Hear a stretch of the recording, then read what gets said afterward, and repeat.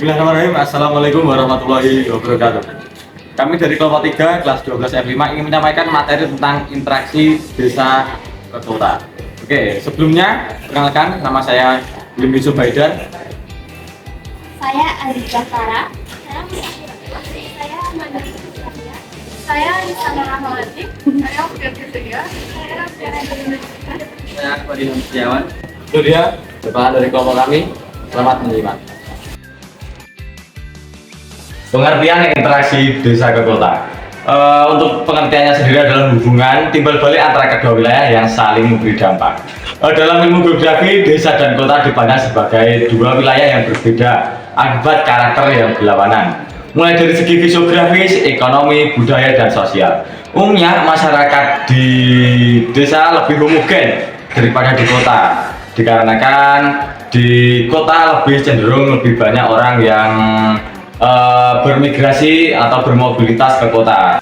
Untuk sektor ekonomi sendiri terdapat lebih heterogen juga di kota, terdapat sektor perdagangan, jasa, dan lain-lain.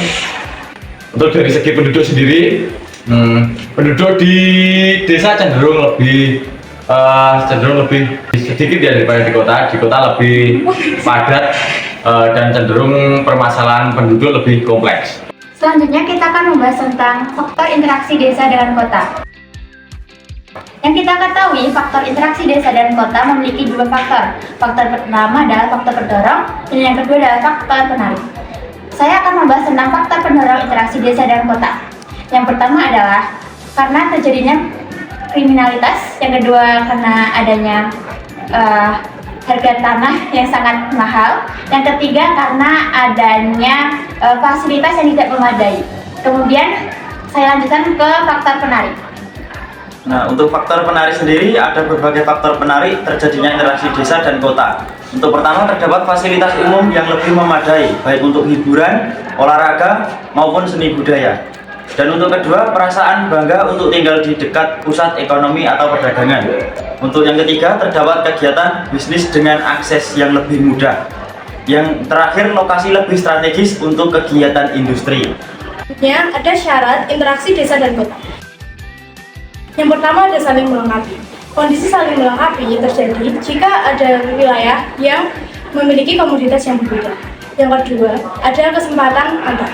Yang terjadi jika suatu wilayah memiliki alternatif yang lebih baik sebagai tempat ataupun tujuan. Yang terakhir, ada interaksi antar ruang. Interaksi desa dan kota tidak akan terjadi jika tidak ada interaksi antar ruang. Kita mau ngejelasin dampak interaksi desa dan kota. Yang pertama, dampak positif interaksi desa dan kota yang bagi desa, yaitu meningkatkan tarif pendidikan. Terus yang kedua, informasi dan komunikasi lebih mudah diterima oleh masyarakat. Yang ketiga, pembangunan infrastruktur di desa meningkat sehingga memudahkan aksesibilitas. Nah, yang kedua itu ada dampak positif interaksi desa dan kota bagi kota. Itu pertama ada tercukupnya kebutuhan pangan bagi kota karena supplier dari desa. Kedua, jumlah tenaga kerja di kota bertambah karena ada orang-orang di desa yang berpindah ke kota. Yang ketiga, ada produk dari kota itu dipasarkan ke seluruh desa. Nah, selanjutnya ada dampak negatif interaksi desa dan kota. Yang pertama dari bagi desanya, yaitu modernisasi dari pengaruh kota dapat melunturkan orientasi petani sebagai mata pencarian. Yang kedua, siaran televisi dapat memengaruhi sikap masyarakat desa untuk hidup konsumtif. Yang ketiga, tenaga muda di desa lebih tertarik bekerja di kota daripada menjadi petani. Yang kedua itu dampak negatifnya interaksi desa kota bagi kota. Itu ada penduduk desa yang datang ke kota tanpa keahlian yang menimbulkan pemerintahan. Kedua, penduduk berpendapatan rendah makin sulit memenuhi kebutuhan hidup. Yang ketiga, itu nilai lahan di kota mahal. Warga yang tidak mampu terpaksa menggunakan lahan yang tidak layak huni. Selanjutnya, teori interaksi desa ke kota dibagi menjadi tiga. Yang pertama, model gravitasi. Teori gravitasi pertama kali dicetus oleh Sir Isaac Newton pada tahun 1687. Teori ini menjelaskan bahwa dua benda yang mempunyai massa tertentu akan memiliki gaya tarik-menarik antar keduanya yang dikenal sebagai gaya gravitasi. Model gravitasi milik Newton tersebut kemudian diadaptasi oleh Louis J. Rayleigh, seorang ahli geografi, untuk menetapkan lingkup dari suatu daerah sekeliling kota. Nah, yang kedua yaitu teori titik henti atau breaking point theory. Teori ini merupakan hasil pengembangan dari model gravitasi Rayleigh. Teori ini menjelaskan tentang perkiraan posisi garis batas yang memisahkan wilayah-wilayah perdagangan dari dua wilayah yang berbeda jumlah dan komposisi penduduknya.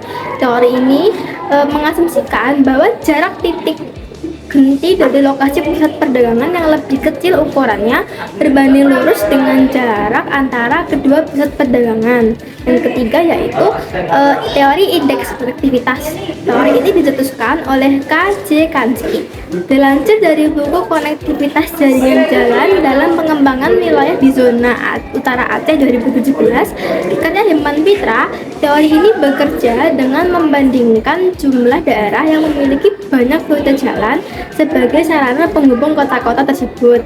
Lebih lanjut, kekuatan interaksi antar wilayah ditentukan dengan indeks konektivitas.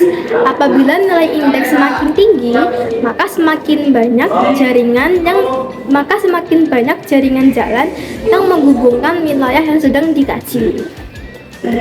Itu semua teori interaksi desa kota. Sekian dari kami.